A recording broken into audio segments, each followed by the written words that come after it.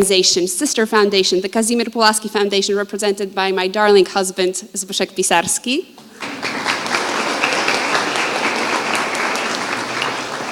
And last but not least, also a sister organization from which the Academy of Young Diplomats really grew 15 years ago, the Polish Forum of Young Diplomats, represented by its president board, Ms. Joanna Grabowska.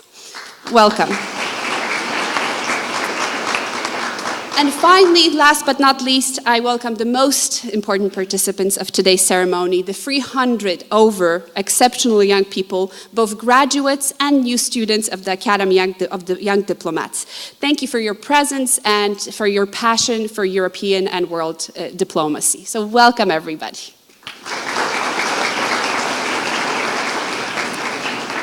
Before we begin our ceremony, I would like to invite the choir, Convigor, to sing the Ode of Joy, the official anthem of the European Union. I would like to ask the audience to stand up as the choir sings the anthem.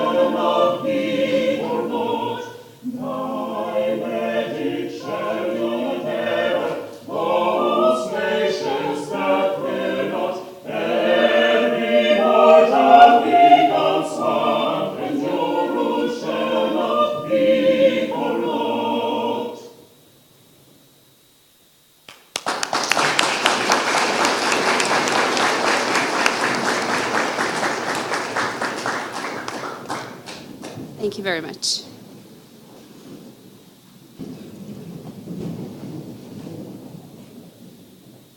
Ladies and gentlemen, we then begin our ceremony with a commencement speech which will be delivered to us by Minister Maciej Lang, the Undersecretary of State in the Ministry of Foreign Affairs of Poland. Let me just say before we begin that Minister Lang is a truly accomplished Polish diplomat. It's an honor for us to have him here today.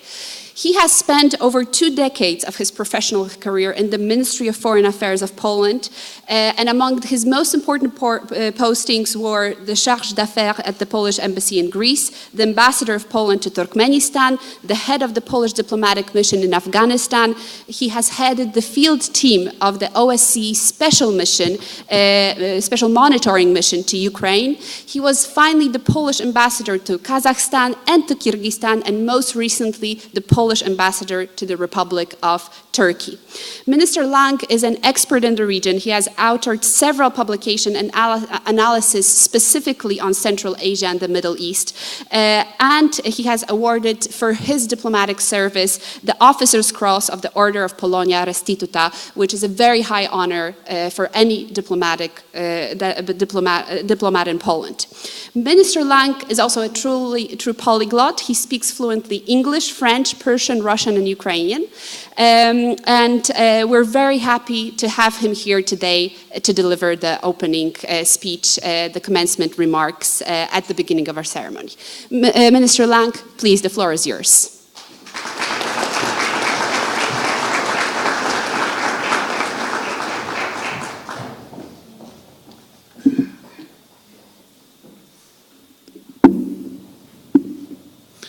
Thank you very much.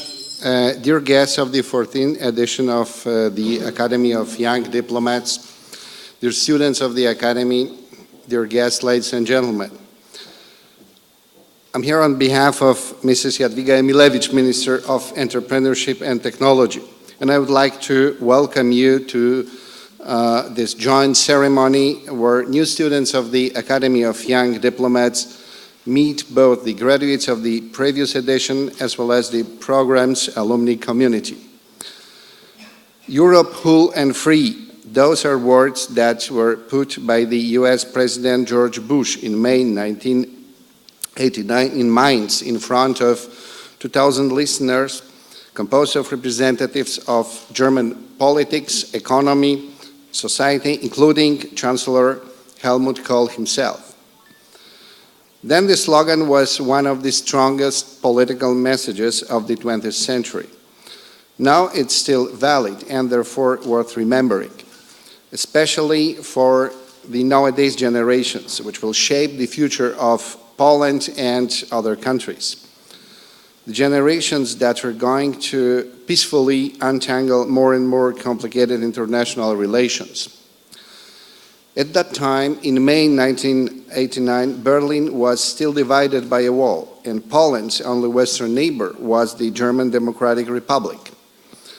In Poland, where the Soviet army was still stationed, the round-table talks were over, and the smell of the upcoming change was felt. The Baltic states still belonged to the USSR, and the security and prosperity of the countries to the east of the Elbe River were the responsibility of the Warsaw Pact and the Council for Mutual Economic Assistance, respectively, for which NATO and the EEC were sworn enemies. However, despite the sense of change to come, nobody had the courage and perhaps imagination, not even George Bush himself, to see the world as it is today. The world without the Soviet Union, but with the United Germany and the North Atlantic Alliance, where the ambassadors of Western, Central, and Southeastern Europe sit side by side. The world with the 28-member European Union, which has an association agreement with Ukraine as well as Moldova and Georgia. The world with millions of Poles, Germans, Lithuanians, Spaniards, and Slovaks who travel around the continent every day without visas to do business, study, or simply come over the weekend to Berlin, Prague, or Budapest. Our security and wealth foundations lie today both in commitments to the European Union and NATO. Let me make three remarks which seem to be crucial for our policy based on above-mentioned pillars. First, responsibility for the transatlantic idea. Disputes, quarrels, and rivalry are normal in life and politics. However, we must remember that European and American cooperation, the liberal international order on which our prosperity and security are built, are not something obvious. Some natural consequence of the course of history or something given once and for all. Forgetting this, we cross the red line beyond which we are about to lose everything we have built so far. If we are able to win the Cold War, we should be able to win the disputes over free trade and arms control. Paraphrasing Bob Kagan, whom I don't have to present to this company. Transatlantic cooperation is like a garden that needs constant tending, lest the jungle grow back and engulf us all. Secondly, Europe, whole and free, is a Europe that looks at its security as a whole, not just at parts of it. The transatlantic security community has always been based on three pillars: military, economic, and social cooperation. Each of them has the same value. There is no military security in Europe without strong economic development, which makes it possible to maintain expenditure on armaments. Similarly, economic development requires the ability to defend our sovereignty. We therefore need a strong NATO, just as we need a strong European Union. However, without convincing new generations that the Atlantic world is necessary for them, cooperation between the United States, Canada, and Europe will become more of a political ritual than a proof of our wisdom. Finally, Europe whole and free is a project that has not been completed. There are still countries in Eastern Europe and the Balkans that are waiting to become an integral part of our world. Societies that want to participate in life, which is an everyday experience of the EU citizens from Central Europe. If we reject them, we will not only lose our allies, but above all, a part of ourselves. The inauguration of the 15th edition of the Academy of Young Diplomats takes place in a special year for our nation. We celebrate anniversary of regaining independence. 100 years ago, Poland regained its independence. Most of all, the lesson we learned from our history from the year 1918 is the responsibility for the common good, which results in cooperation based on agreement over political divisions. This agreement is a precondition of any effective diplomatic endeavor. Bear in mind this commitment.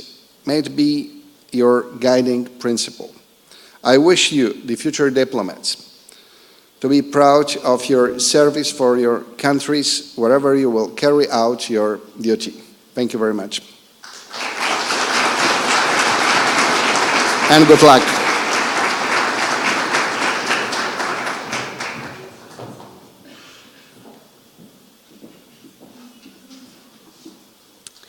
Thank you very much, Minister. Thank you for pointing out these three core ideas that I think Polish foreign policy, but also European foreign policy has to be based on today. So the transatlantic alliance, a stronger European Union, and not excluding those who have not yet become a part of Europe, whole, free, and more importantly, at peace. So thank you very much.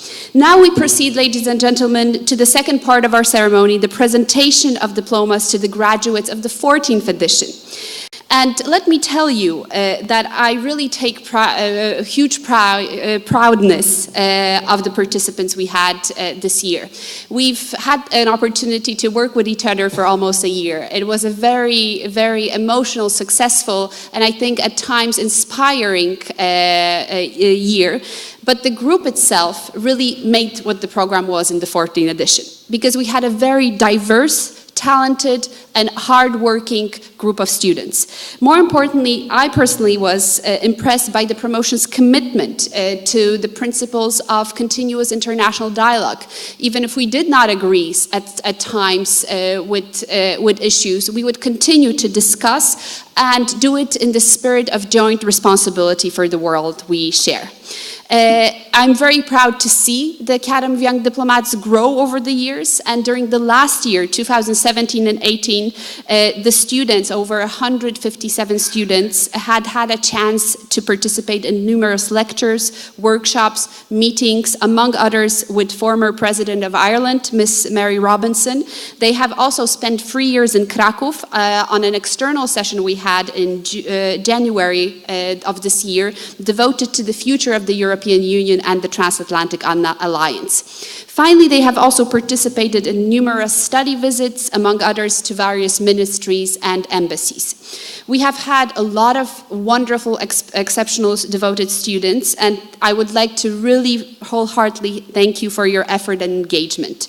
But I particularly congratulate those of you who have finished the program with honors, because that was not at all easy. There was a test, there was a policy papers, there were homeworks throughout all the years. So those 7 students, of which we have 5 with us, have really put a huge amount of work to be distinguished. Before I read their names, I would like to re-welcome Minister Lang, who will, along with me, be presenting the diplomas for the 5 students. Panie Ministrze.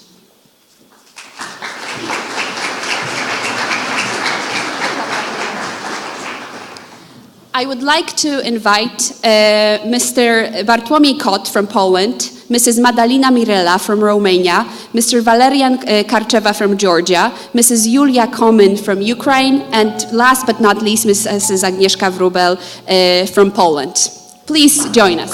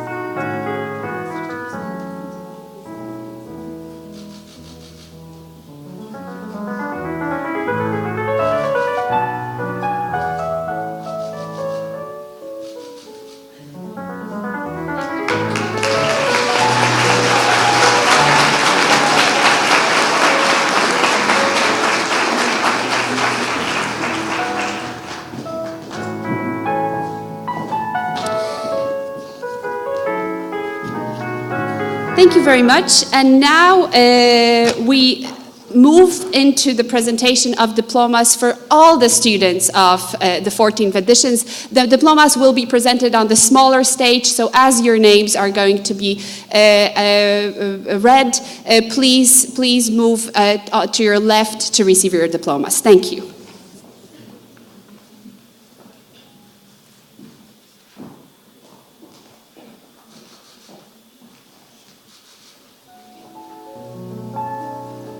Joanna Bejm, please, if you can stand up. Michalina Czekońska, Kamila Danielak,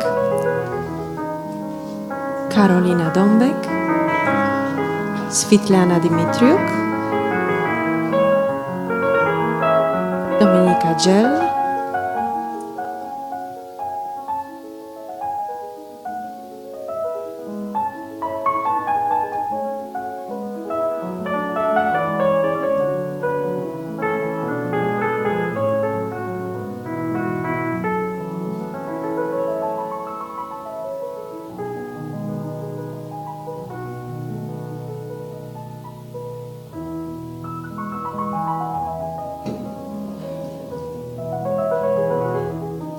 Michał Gębski, Giga Gokuszawili, Magdalena Gaworek.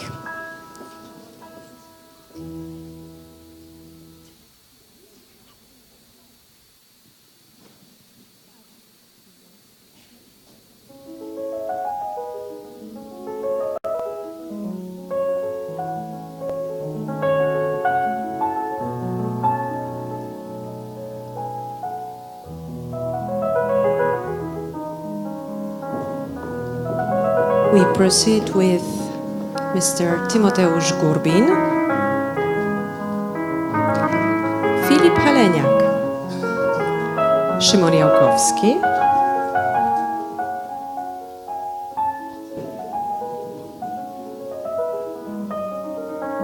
Agata Janiszewska, and Agata Karbowicz.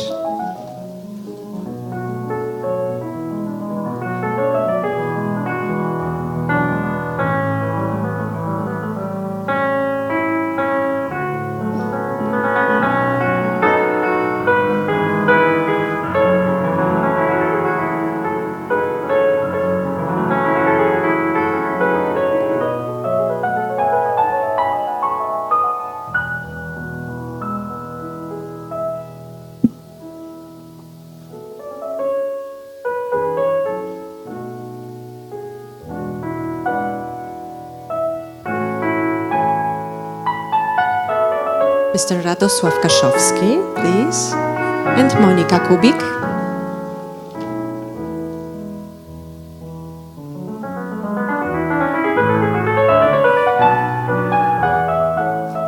Miss Irina Kukharuk and Karolina Lasoń, Lazar Łytyński.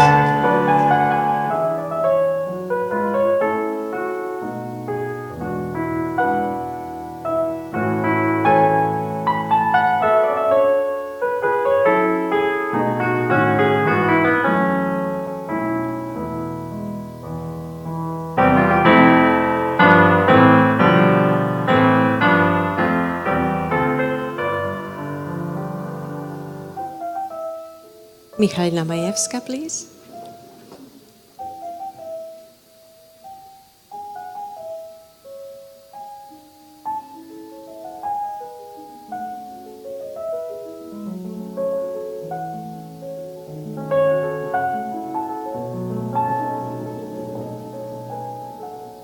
Mr. Olgierd Międzybłocki. Miss Beata Migas.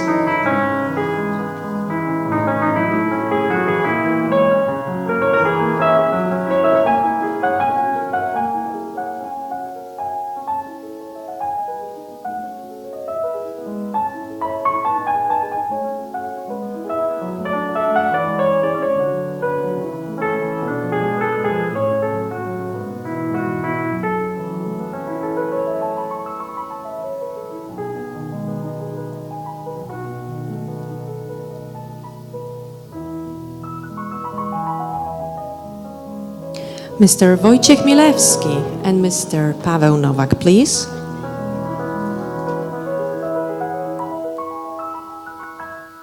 Miss Karolina Pasek.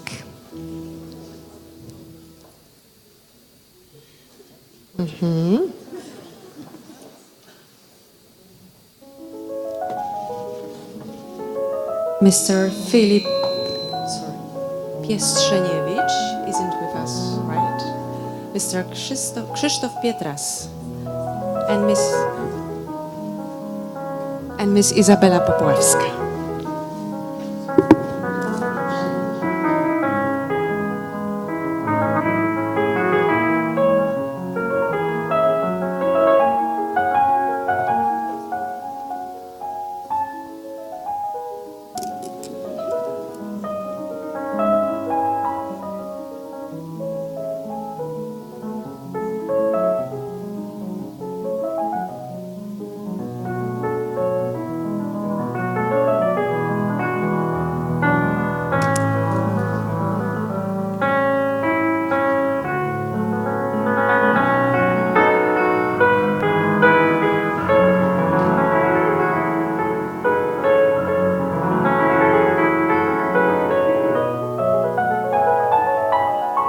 Pan Robert Przybylski i pani Agata Sambor.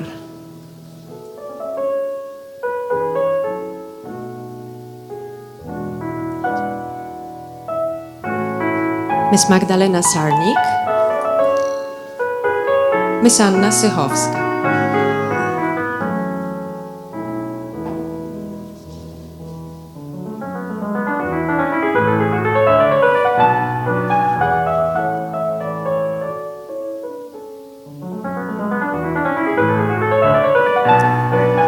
Mr. Patrick Szostak is with us. I'm not seeing. Okay.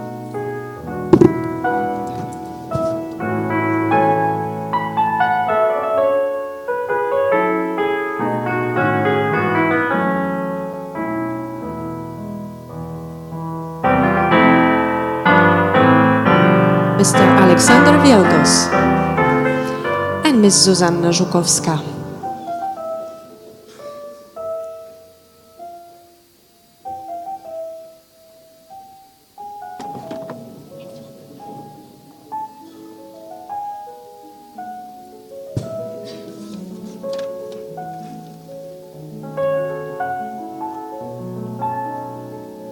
Miss Aleksandra Adamczyk and Miss Marlena Blicharz.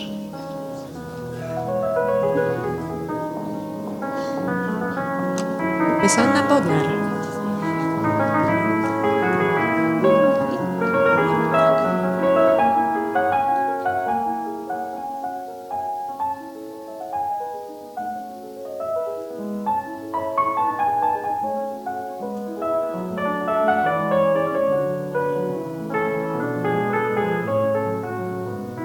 Mr. Benjamin Bodo and Mr. Christian Bosenge.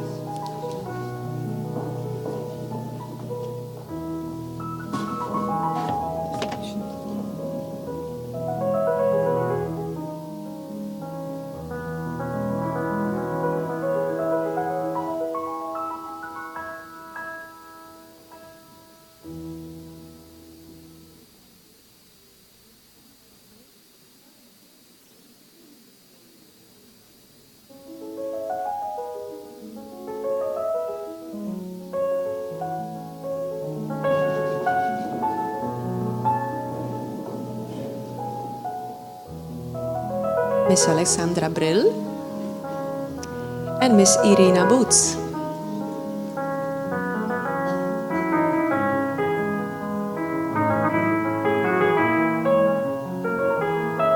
Mr. Przemysław Caputa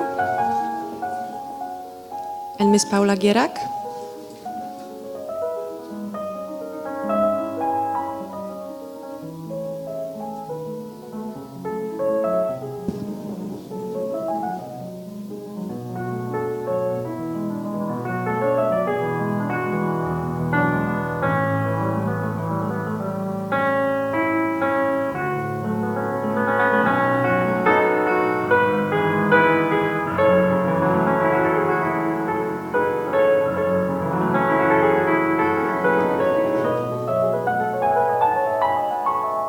Miss Joanna Grabowska.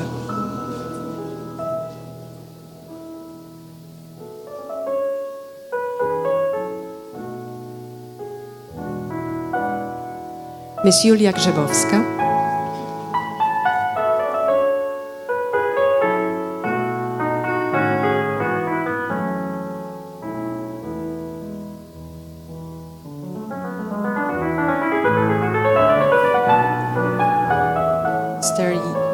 Josip Juric.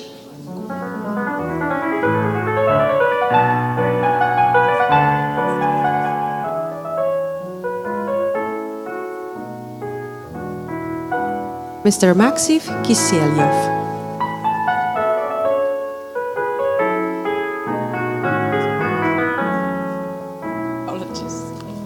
Mr. Mateusz Krawczyk and Mr. Nikolai Slavkov.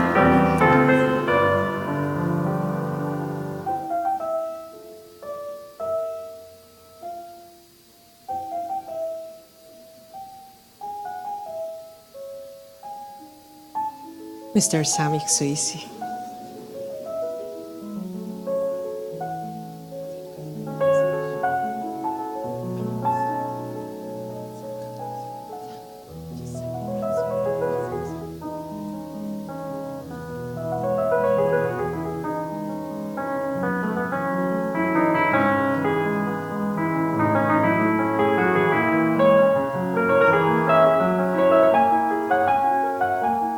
Miss Agata Supińska and Mr. Maciej Śmigiel.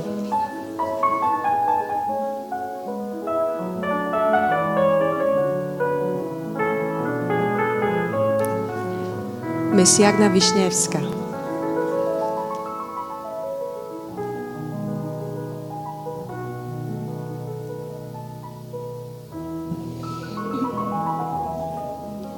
And Miss Anastasia Zuzuliak.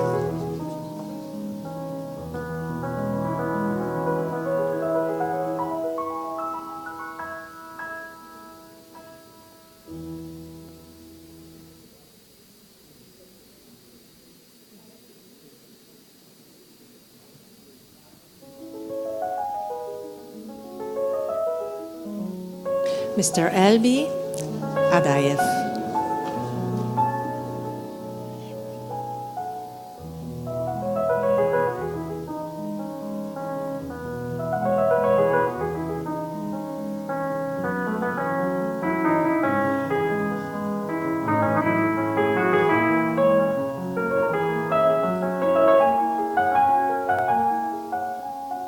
Madam Rinalini Anand.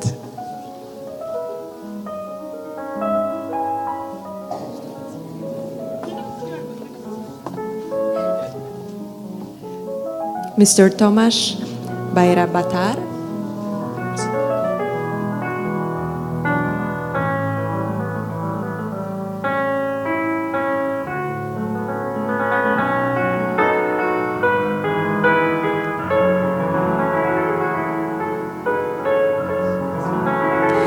Mr. Radosław Bojarczuk and Madam Natalia Ćwiek.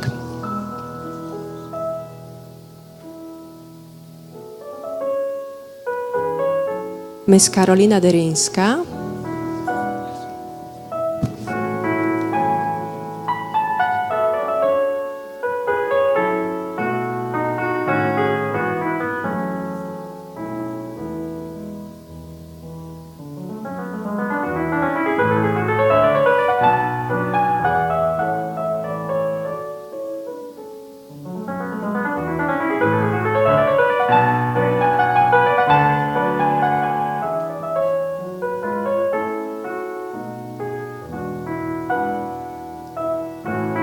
Mr. Jan Grabowski, please.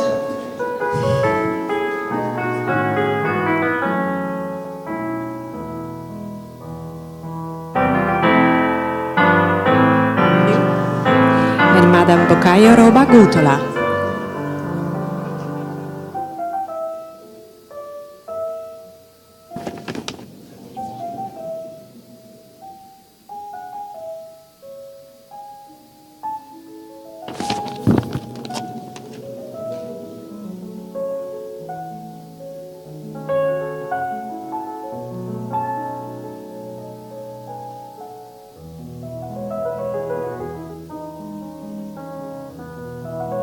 Madam Agnieszka Guziewicz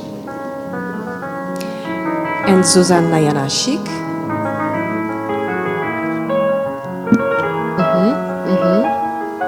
Mr. Oskar Juszczyk and Jegor Kowalczuk.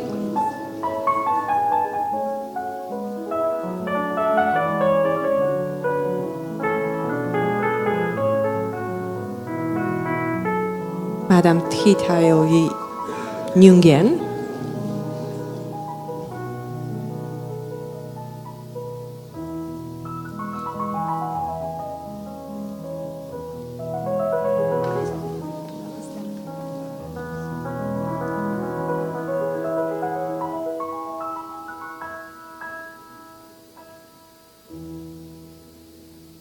Mr. Evgeny Okrimenko.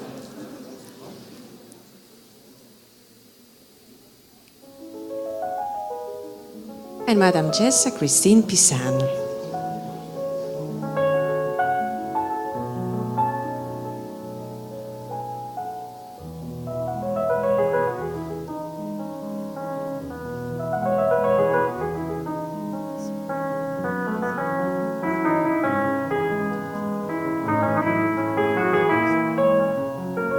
Madam Karolina Polak.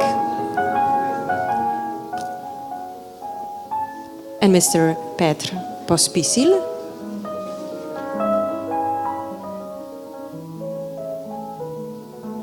Madam Sofia Rentier.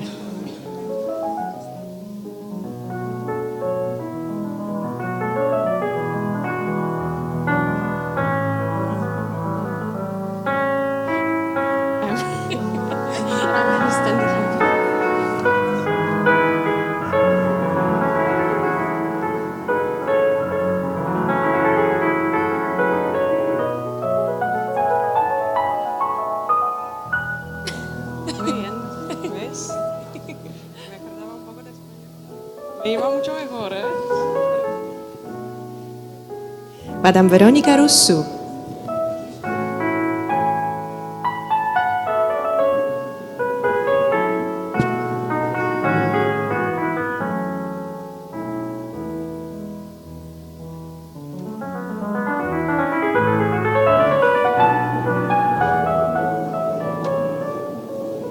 Miss Bridget Schmaltz, and Miss Joanna Sklepik.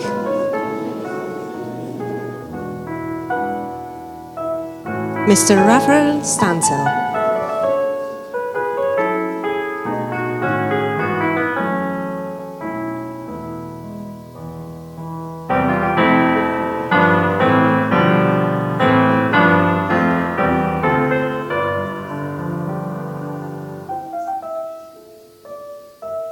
Mr. Robert Stanland.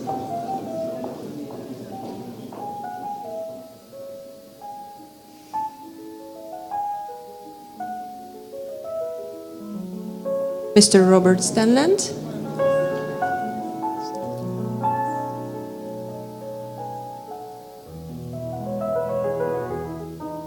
Miss Anastasia Trach. Miss Marta Tracz-Tryniecka.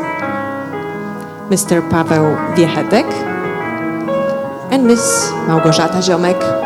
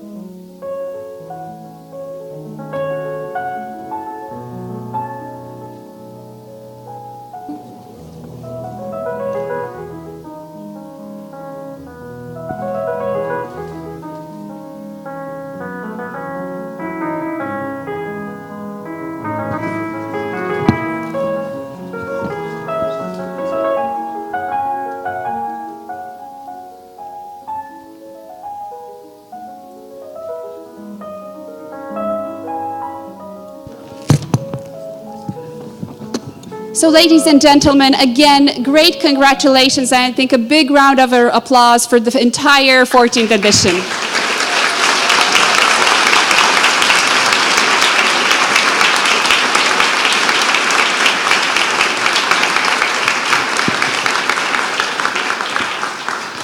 And now, as we completed the 14th edition, we can now proceed to the opening of the 15th edition of our program, an edition that will be called the Promotion of Władysław Bartoszewski.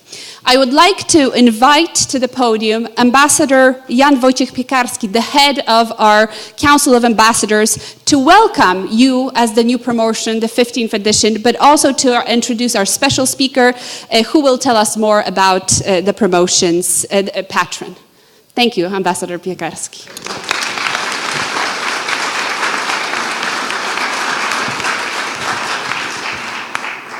Distinguished honorable guests were welcome, so let me address the students of the 14th and 15th promotion of Academy of Young Diplomats. Raphael Lemkin and Władysław Bartoszewski, they've got something in common. As you remember, when we were talking about Lemkin, he was the man who, well, I would like to use the word promoted the word of genocide, but he concentrated attention of international public opinion and of international politicians on a very, very important issue of peace, namely just the opposite of peace, the genocide. Professor Bartoszewski was the one who was, let's say, doing practical thing of fighting with genocide. In the Second World War in Żegota, he started to help Jews. Later on, he contributed very much to remembrance of the Holocaust and of the victims of Holocaust. He contributed very much to the work of Council of Auschwitz, International Council of Auschwitz. I remember that the 50th anniversary of liberation of Auschwitz, they were monarchs, nobles like Valenza, Elie Wiesel, and there was a conference. And suddenly they couldn't find a wording for final communique, final document of the conference. And everybody waiting for Władysław Bartoszewski. He was that time only ambassador in Austria. He was the only ambassador who was invited for that conference because everybody knew that with his contacts and with his point of view on relations with Jews, with Israel, and with the history of Holocaust, he could be the only one who could find the proper wording, and finally he succeeded to do that. Mr. Bartoszewski twice was Minister of Foreign Affairs, and myself and the colleagues, ambassadors Truszyński and Pomiński, we used to be his ambassadors. Later on, he worked as Secretary of State in the government of Prime Minister Tusk as the advisor for relations with Germany and also with Jewish diaspora and Israel. Imagine a man who was not in a position of president or minister or prime minister. He was only professor at 3 universities in Germany, but he was known by all German politicians and on German, and then later also Austrian, because he was posted in Austria. He was invited to their houses privately as a professor, not as a minister. As a minister, he addressed Bundestag. That's the privilege usually given to head of governments, but not to the Minister of Foreign Affairs. But Bartoszewski was someone. And he was also very known in Poland for his saying in Polish, warto być przyzwoitym. In English, it works to be decent, but it's not always profitable. And one more message which I would like to convey of Mr. Bartoszewski's opinion on what is the patriotism. Remember, patriotism are not the words, that's the service. And remember about that, and now I invite son of Professor Bartoszewski, also Professor Władysław Teofil Bartoszewski, Director of Polish-Jewish Studies at Oxford or Cambridge? Sorry, Oxford University. Thank you very much.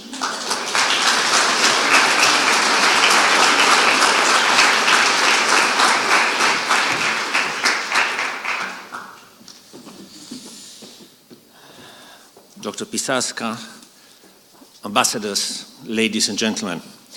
I would like to thank EAD, first of all, for the kind invitation, and especially for making my late father the patron of the 15th year of the Academy's diplomatic studies.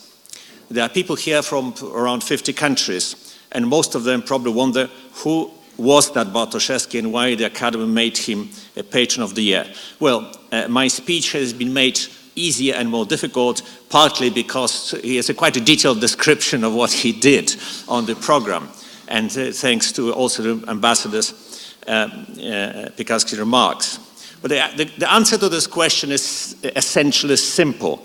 He is the patron because of the Second World War and its aftermath. Without it, he would have been probably a Polish journalist, probably quite a good one, as he had a talent for writing. The answer, however, it does not explain much, and the explanation is slightly more complex.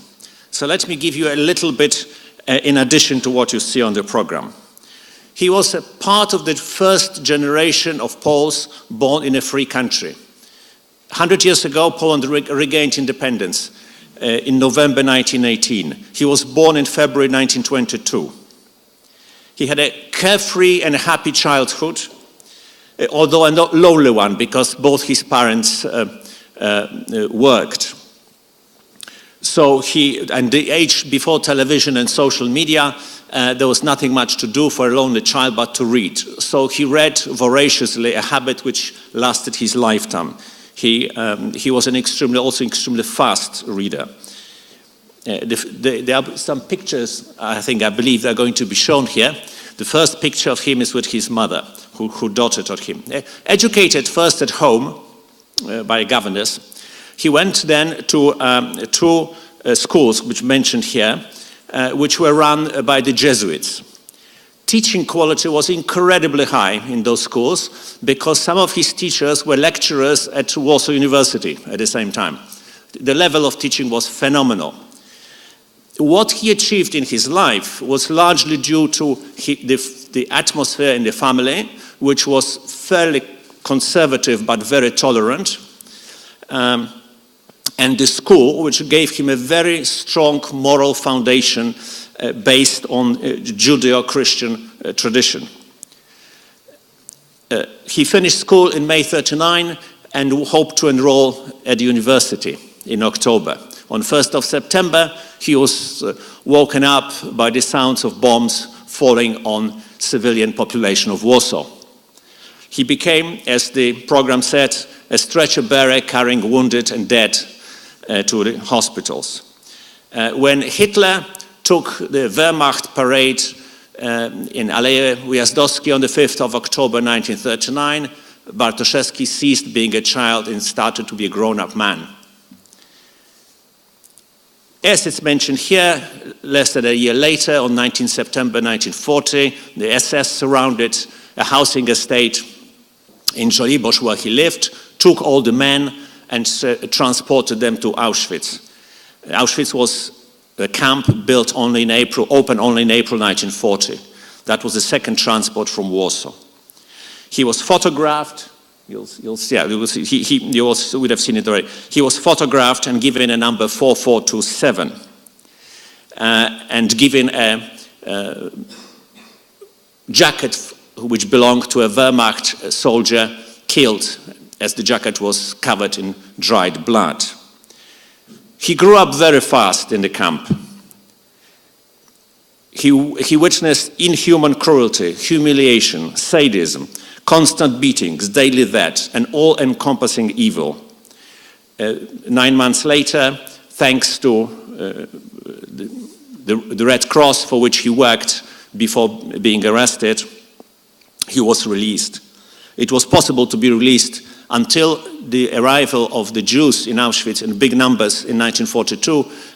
It was possible to be released. Afterwards, that was not the case. In Warsaw, back in Warsaw, suffering from sepsis, a dysfunction which in the 21st century, in the best hospitals of the United States, claims lives of more of 30% of people ill. So in those days, his survival was a miracle. Nobody thought he would survive. Lying in bed in his home, he described what he saw in Auschwitz to his friend who lived next door. She wrote it all down. As it transpired, she worked for the Polish underground Home Army. This description was published, smuggled out of the country and published in England and the USA under the title A Memoir of a Prisoner. It was the first ever testimony of the Konzentrationslager Auschwitz.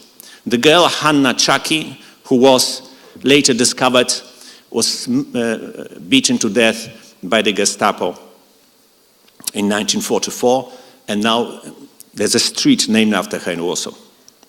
You may say it's all very sad, but what does this have to do with diplomacy? Well, look at the next picture. The ambassador already mentioned it, I think. You see a formally dressed man speaking from a platform in some room. This is Bonn, 28 April 1995, the commemoration of the 50th anniversary of the end of the Second World War. The room is a combined session of the Bundestag and the Bundesrat, the two chambers of the German parliament. The speaker is the foreign minister of Poland, and the first Pole ever to do this. It is the journey from the prisoner number 4427 in Auschwitz to a man that spent summer holidays with his close personal friend, a certain Helmut Kohl, for 16 years the Chancellor of Germany, that is partially responsible for him being a patron of the Academy. As you could see, also a picture of Chancellor Kohl visiting Auschwitz. Let me tell you an anecdote related to that visit. You can see Kohl going through the Arbach macht frei gate. In 1995, my father was Minister of Foreign Affairs. The Chancellor of Kohl is scheduled to make an official visit to Poland. The program is being prepared by the ministry. Kohl asked Bartoszewski, Władysław, do I really have to come to Auschwitz? I've been there already. My father looks Kohl coldly in the eye and says, so have I. There was no further discussion on the subject. And as you could see, Kohl did go. The third influence, apart from parents and schools, that made Bartoszewski what he became was a meeting with an extraordinary priest called Andrzeja. After Auschwitz, Bartoszewski recovered physically, but not mentally. He was quite shattered by what he saw, the experience of Auschwitz. In a sense, he left Auschwitz, but Auschwitz never left him. He went to a confession, and Father Dziegiel told this severely distressed man not to feel sorry for himself, because if he was saved, that meant that God meant for him to do something good. And my father, not quite knowing what it meant, says, what can I do? I'm quite sick, occupied Warsaw, poor, I don't have a position of power and influence. And Father Dziegiel said, help people who are worse off than you are. And who are these people? The Jews behind the ghetto wall. So my father joined a small underground Catholic organization and started helping the Jews by himself, and later was a co-founder of the Council for Aid to Jews, codenamed Żegota, which since September 1942 provided false papers, food, shelter, all kinds of help to the Polish Jews who faced certain death if caught by the Germans. The Council provided almost 50,000 fake identity cards and other papers without which no person could survive in occupied Poland. It's estimated that out of this 50,000, maybe about 10,000 survived, which is a drop in the ocean of need. Nevertheless, it was the only such organization in occupied Europe, which was on top of that financed and supervised by the Polish government in exile, which was recognized by all the allies. Apart from helping Jews as a member of the council, he was also helping Jews individually.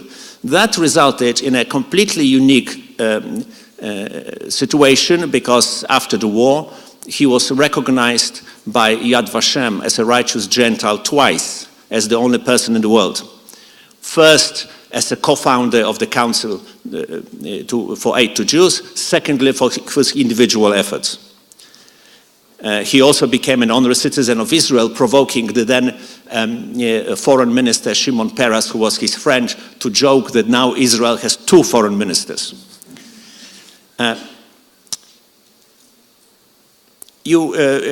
What happened in the war, you've got in a program, I'm not going to talk about it, but it's worth noting that after the war he worked for a committee documenting Nazi crimes, and he produced a report with detailed description of the shootings in the streets of Warsaw, which were done by the Germans in 43 and 44. In that report was part of the documentation which was used during the Nuremberg trials. So he made it in a more international scene. As he says in the program, he was arrested, spent 7 years in jail. In fact, he spent 9 Christmases in jail, all in all. And he was sitting with Polish political prisoners, Nazi criminals, and petty thieves. One of the thieves told my father, Władysław, you've got such long hands, you should be a pickpocket. Let me teach you how to do it. He considered that to be a great education, his stint in prison, as he found that not ethnic origin, not nationality, not religion, and not political views or ideology mattered, but how you behave towards other prisoners. And this is what the ambassadors mentioned. He talked about being decent. This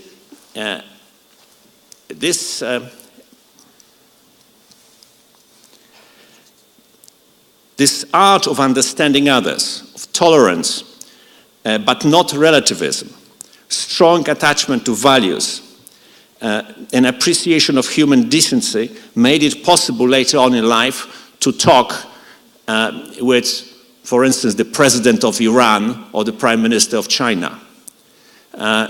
He became a diplomat not thanks to a formal schooling like you have or you are going to have, but thanks to his experiences, which were quite unusual. He never ceased to fight totalitarian regimes, first the Nazis and then the communists. When he was released at the end of 1954 from prison, he continued to work clandestinely against the communists. When Poland regained independence in 1989, it was discovered that between 1944 and 1989, 450 Secret Service personnel and about 70 secret informers spied on him, which is quite a number. The files which they prepared, if you put them together in a shelf, go for 7 meters. It was quite a good read. He worked later for the Catholic Weekly in Krakow, which was protected by the Archbishop from Krakow, who later became the Pope John Paul II, whom he admired. And while working for the Catholic Weekly, he started, with the backing of the church, to reach out to the Germans in the early 60s. This dialogue with the Germans, which continued for over 30 years, resulted with him by the 1989-1990 knowing virtually every major political figure in Germany and Austria. And for over 30 years he worked together with a small group of similar-minded people to bring reconciliation between Germany and Poland. And that is why, at the end of the day, he was asked to speak at the Bundestag. The last time he was arrested was in December 1981, during the martial law. He was released in April 82, thanks to strong pressure exerted by the State of Israel and by the Catholic Church. He then went to Germany to be a visiting professor at 3 universities, and then became ambassador to Vienna. When he went to Vienna, he was involved in a secret mission to transport 100,000 Jews from Moscow, from the Soviet Union, to the State of Israel. Gorbachev allowed that to happen on condition that they could not go directly. So they flew using Polish planes from Moscow to Vienna and Israeli planes from Vienna to Israel. He was a foreign minister twice, refused the post for the 3rd time in 2007, claiming old age. He was 85, but took the post of the Secretary of State for international dialogue. He was not a traditional diplomat. He had a very personal style, and which exasperated some of his colleagues because he didn't follow the normal protocol and formula. He could listen, although he talked an awful lot. There is an anecdote about him said by the former president of Poland, Aleksander Kwaśniewski. Aleksander Kwaśniewski talked to my father after he met foreign minister of the Russian Federation, Mr. Ivanov. And he said, I hear that you spoke non-stop and didn't let him say a word. And my father said, I knew what he was going to say. This was not quite like that in reality, and the proof, as the English would say, the proof in the pudding is that Bartoszewski is the only foreign minister of Poland who got a gold medal from the Ministry of Foreign Affairs of the Russian Federation since Prince Adam Czartoryski got it from the Tsar Alexander I, but Prince Adam Czartoryski founded the Foreign Ministry of Russia. So I think he was not a traditional diplomat, but I think you can probably learn a thing or two following his footsteps. Thank you very much.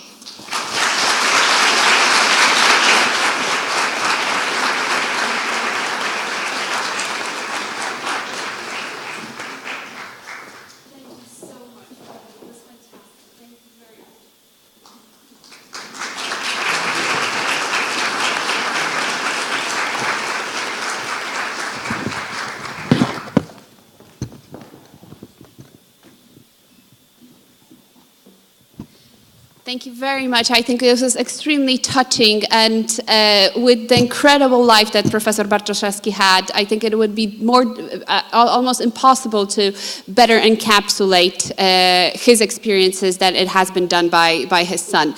Let me just add to this that there are other reasons that we're really honored to have Professor Bartoszewski as a patron. I still remember him on this stage in 2005, receiving from us the Knight of Freedom. I remember him on dozens of meetings of the Academy of Young Diplomats that he participated, gave lectures. It was true that when he started to speak, it was impossible to interrupt, but it was so fascinating and so involving. We were very honored, really. And then when he agreed back in 2010 to sit at the European Academy of Diplomacy International Council, honorary International Council that we had, we really felt honored, and the Academy has been really treating Professor Bartoszewski as a friend, but more importantly, as a person we truly admired. So again, thank you very much, and welcome again the 15th edition of Promotion Władysław Bartoszewski. Now, ladies and gentlemen, we proceed to the presentation of scholarships for the prospective students of the Academy of Young Diplomats. And we are very happy that this year we have been able to offer, thanks to our sponsors and our partners, over 21 full or partial scholarships to participants coming from all around the world. I would like to begin with the presentation of the PZU Foundation and PZU Group scholarships. We have who has granted a total of 10 scholarships. Half of the scholarships are granted annually for our week-long European Diplomacy Workshop program, and the other 5 scholarships are given to Polish students that participate in the annual Academy of Young Diplomat program. So I'd like to invite very warmly Ms. Joanna Gorczyca, who's going to present the diplomas here with me.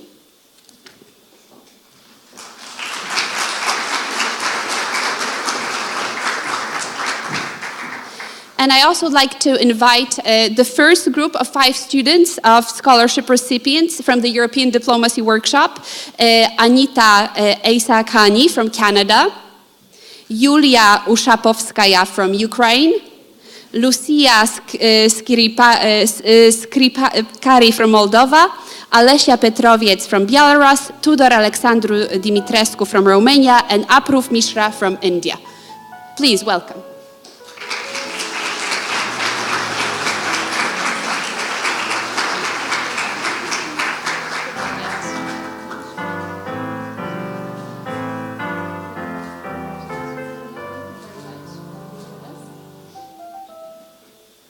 Congratulations. Thank you so much. Thank you so much. Thank you. Alicia, thank you. Alicia, thank you so much. Thank you for being with us.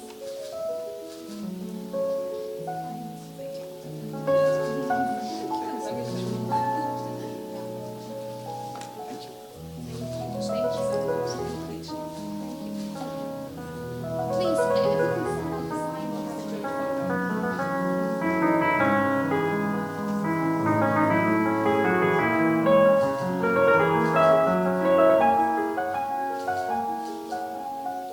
Thank you very much.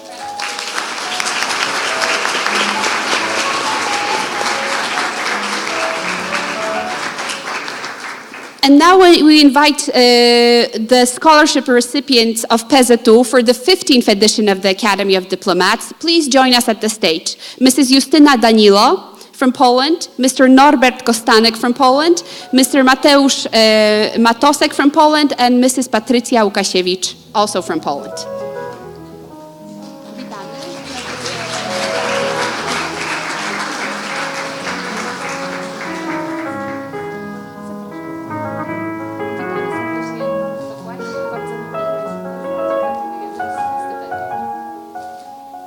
Witamy serdecznie, gratulujemy stypendium.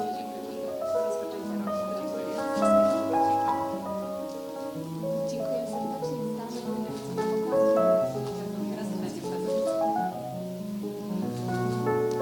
I zapraszamy.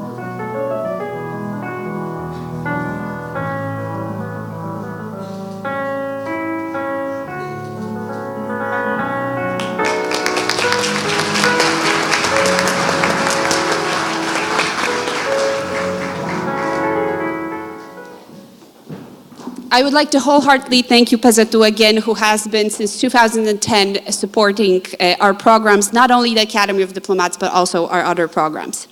And now I would like to invite to the stage the president of the board of the Kazimierz Pułaski Foundation, who, as I mentioned, is our sister organization, but has been also the first scholarship recipient since 2004, so since the beginning of the program. The Pułaski Foundation has been supporting the Academy of Young Diplomats, and this year has given out over 10 scholarships for the specific program. And a bit more about the foundation, I will invite Zbyszek to tell you.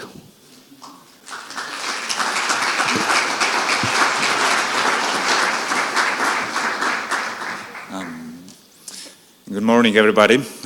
It's really a pleasure for 15 years already to have this privilege of recognizing the most outstanding, enlightening candidates to the European Academy of Diplomacy annual program, Academy of Young Diplomats. And it's really an honor to see a number of those scholarship recipients who are right now very accomplished civil servants, diplomats, businessmen, entrepreneurs. They are everywhere. And I hope that our scholarships are at least a bit encouraging them, maybe empowering them, inspiring maybe a bit, just giving them an opportunity to pursue their careers even in more brave and successful way. So I believe that it will be the same also with this new cohort of scholarship recipients. And about our sister organizations, as you see, we are not brother or sister, but our organizations are. And Kazimierz Pułaski Foundation is a Polish think tank specialized in foreign policy and security. So I hope that you see the synergy, not only between the heads of the organizations, but also about the fields in which we are operating. So from this position, I would like to also encourage you.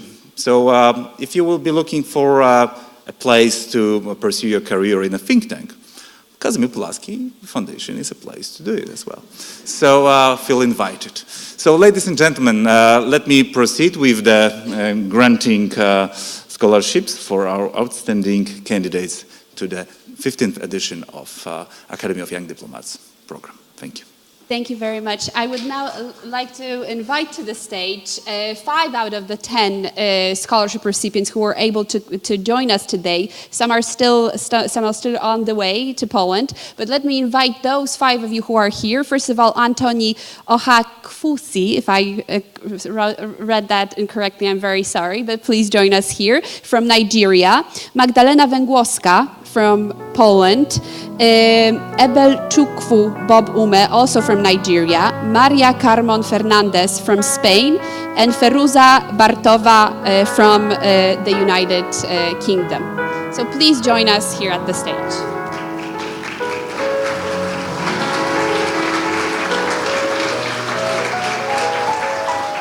Let me just say that this is a very unique group of students. Apart from our 5 present here scholarship recipients, there's also Andrew Sobotka from America, from the United States, Kristina Prikop from Romania, Anna Jovanowska from Macedonia, Nikolina Sladojovic from Bosnia and Herzegovina, and Anna Jovanic from Bosnia and Herzegovina. They will all be present at the first session that is only 2 weeks from now. But this group has been chosen from over 80 scholarship applications we received, so a very competitive group.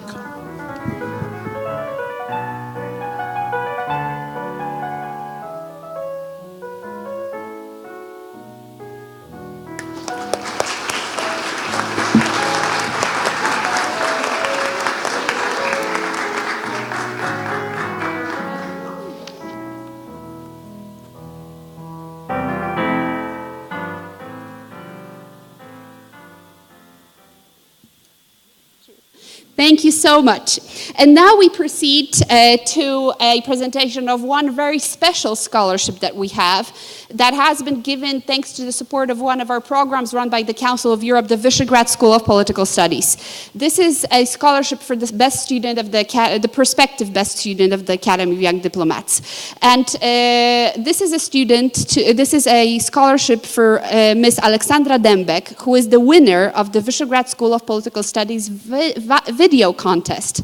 She created a 3-minute-long movie presenting Poland to other Visegrad countries, and in a short video she managed to involve not only many information about our neighborhood country, but also was able to present Polish history, challenges, and get her friends involved in the project. So I really recommend you watching that specific movie of hers, and we're very happy to have her here with us. And I first wanted to invite Ms. Hanna Dmochowska from the Konrad Adenauer Stiftung, a good partner of us who's going to partner our Kraków session this year to present that scholarship. We invite Ms. Aleksandra here.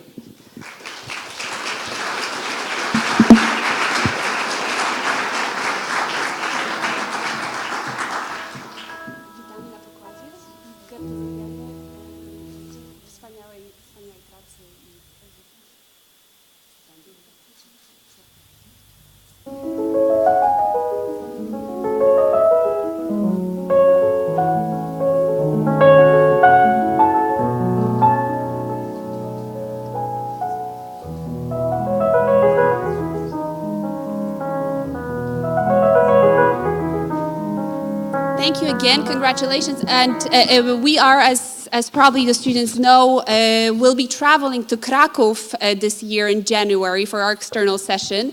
And the Konrad Adenauer Stiftung is one of our main partners of that specific session, so we'll have an opportunity to learn more and cooperate more with the foundation.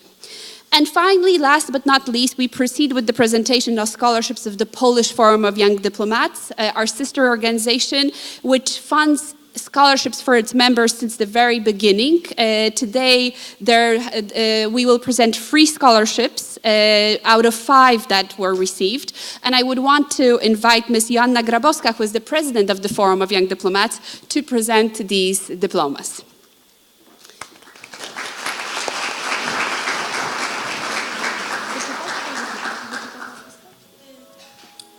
I invite the scholarship, the Forum of Young Diplomats members, the recipients, Eugeniusz Kuzniecow, Ewelina Tęcza, and Martyna Bąk, to join us here at the stage.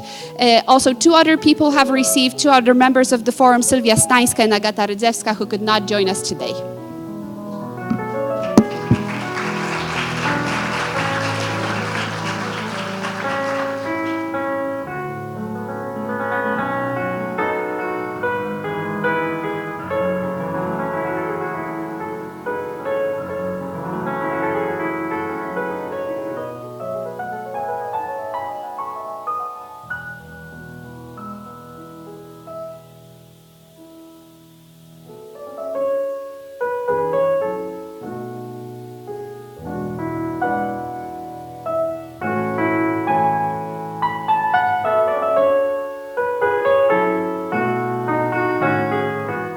again, a big round of applause to all the scholarship recipients of this edition.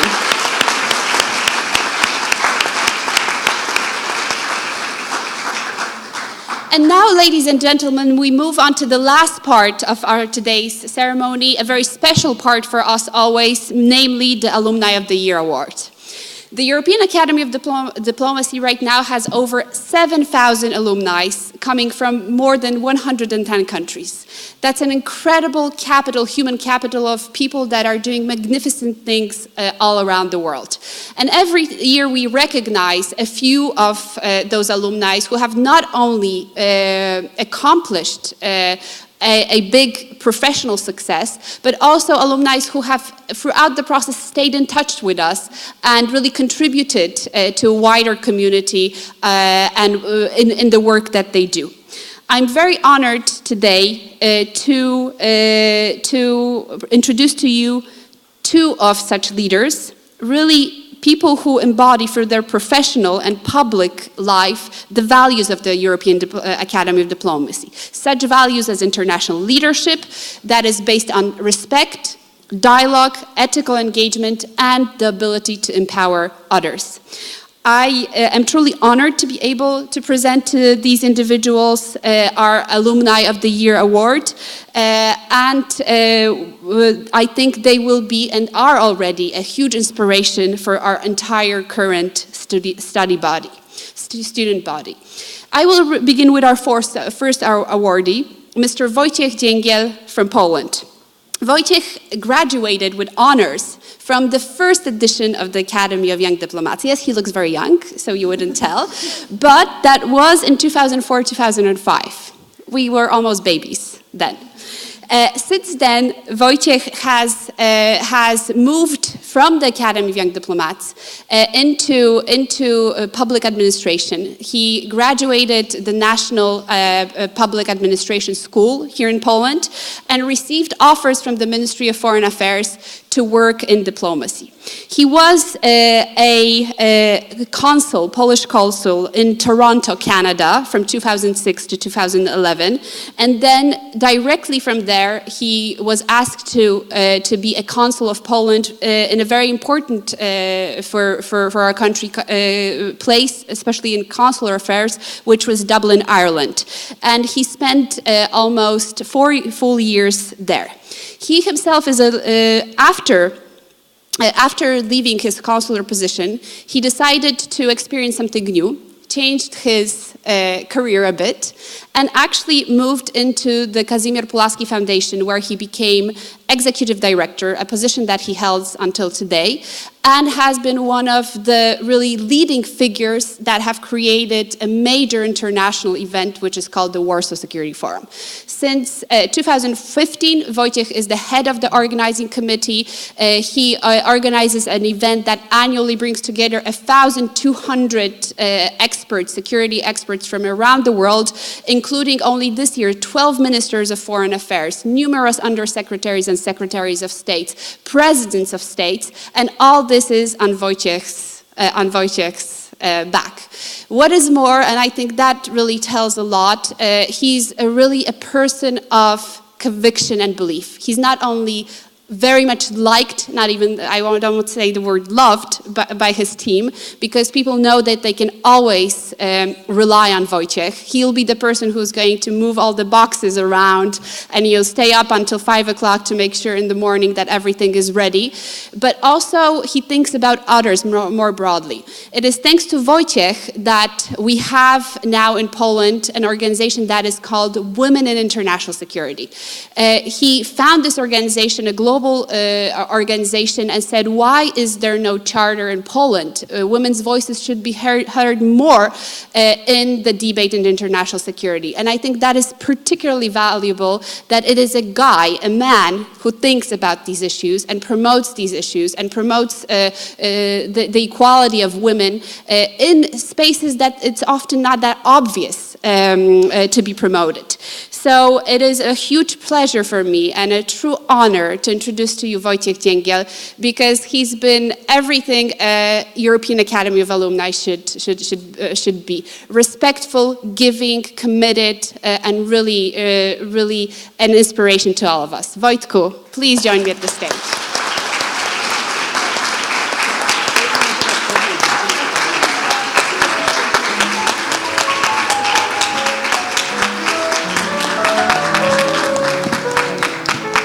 Thank you, Katarzyna. It was really a presentation, so what can I say? I can say only thank you, and I'm very honored for this award, but I'm honored even more because I received this from my dear friend. And I think this is, and we met in 2003, and we started this cooperation, and I was on the program, the first edition, it was 2005 graduates. So I think this program, you graduate the 14th, and you're starting the 15th. I think it's about friendship, it's about bonds and building the network. And what we said, we are 77,000 strong a network, and I think you should be really proud of yourself that you're joining this network, and use this opportunity for you that just made this contacts through the last year, and that one that are starting.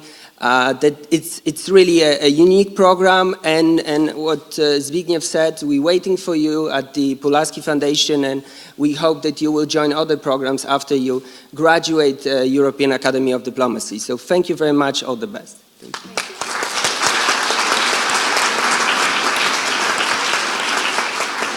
Thank you very much, Wojtek.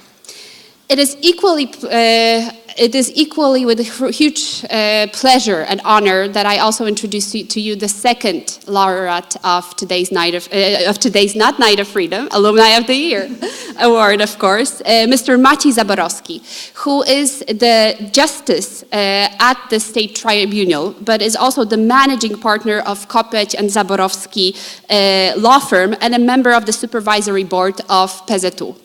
And why have we chosen Maciej, who is a graduate of the 6th edition of the Academy of Young Diplomat program, also quite some years ago? First of all, we were extremely impressed by the variety of things that Maciej has been able to accomplish.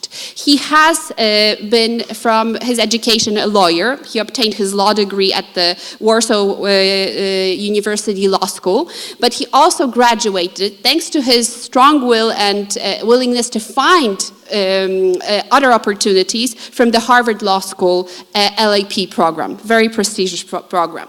He has worked at the beginning for public administration. Since 2005 to 2007, he was at the Ministry of Justice, then appointed to work in the Polish embassy in Rome, where he was responsible for coordinating different activities related to Polish national elections in Italy. So very strong interest in electoral monitoring. And then 2008-2010 worked at the Polish Parliament, where he co-authored a report produced by the Parliamentary Special Commission that investigated the legislative process that led to the amendment of the law regulating gambling. But he was also a mediator at the Mediation Center of the National Bar Association. And finally, in 2013, he decided for a small career change, or a big career change, some could say, moving out of public administration and establishing his own law firm, his own law office, becoming managing partner at the Kopeć Zaborowski Adwokaci Radcowie, which was then this year, 2018, giving a British magazine, The Lawyer, the title of a Law Firm of the Year. So it's an incredible accomplishment to move from, this big dedication in public diplomacy to really starting something of your own, and in only a few years being able to have its own institution that receives internationally recognized awards. Finally, and probably some would say that this is one of his biggest accomplishments, he was elected to be the justice at the State Tribunal. And this is, of course, a state institution that is used only in very extraordinary circumstances. Nobody wants to stand in front of the state tribunal because it means something really bad happened. But the fact that we have one of our alumni in the state tribunal is a huge honor for us. And I think it's also, more importantly, a recognition of his rich career, legal career, not only as a lawyer through his firm, but also for the many years he spent on behalf, working for Polish administration. So it's an honor, a pleasure, Maciej, to have you back here in this room, and I'm very happy to invite you to the podium to receive the award.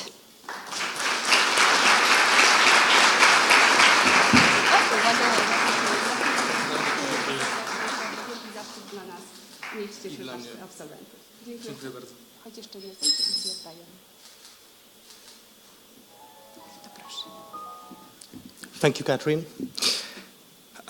To all those things, I would add maybe one thing, which you don't know probably, and I think it's the biggest thing. This year I had a wedding. Thank you. I'm really grateful to be here. It's a really great honor.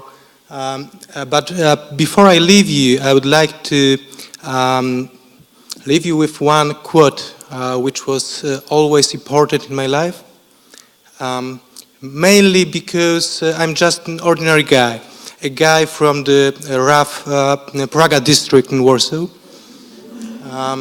mainly in the 90s. Walt Disney once asked about the leadership. He said those words: first of all, think. Secondly, believe. Then dream. And finally, have a courage. Ladies and gentlemen, I wish you all the best and wish you all those things. Thanks once again.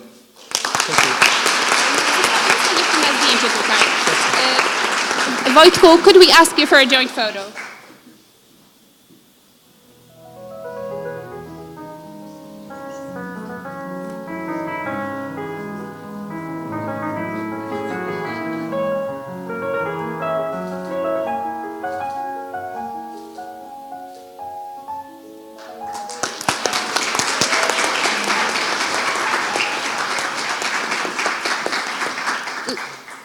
Thank you very much. And before we officially conclude the ceremony, I want to invite our choir, Convigor, to sing Gauda Amos Igitur. This is the traditional Polish anthem sang at the beginning of the academic year at every university here in Poland. Traditionally, I mean coming from the 15th century. So let's stand up for the Gauda Amos Igitur.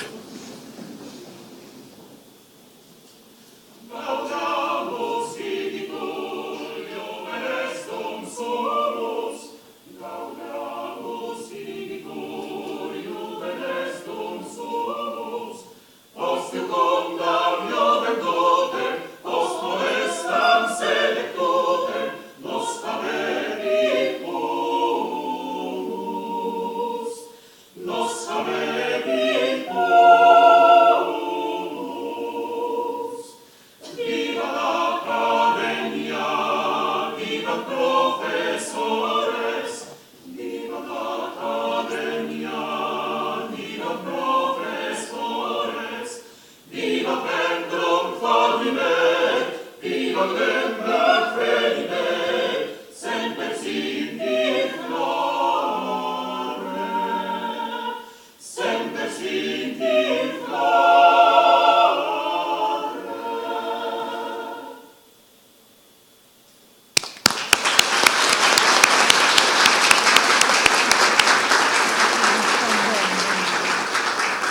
Thank you very much. Ladies and gentlemen, this is the ending of the ceremony. As always, we're perfectly on time, but just two more informations. First of all, First of all, again, congratulations to all of you. We're very honored to have had you here at this ceremony. But now we wanted to invite you for a glass of wine, which is going to be an occasion for informal networking between the promotions, of course, between the editions, but also within specifically the 15th edition as you come to get to know each other for the first time. So we invite you just to the room next door on the other side of the corridor for some wine, coffee, tea, and informal networking discussions.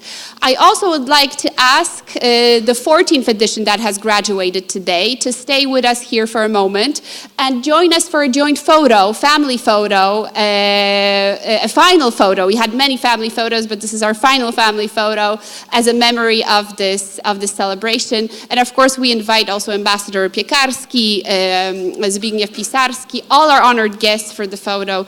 Panie Władysławie również serdecznie zapraszamy. And we see all the rest of you in just a moment across the hall. Thank you so much.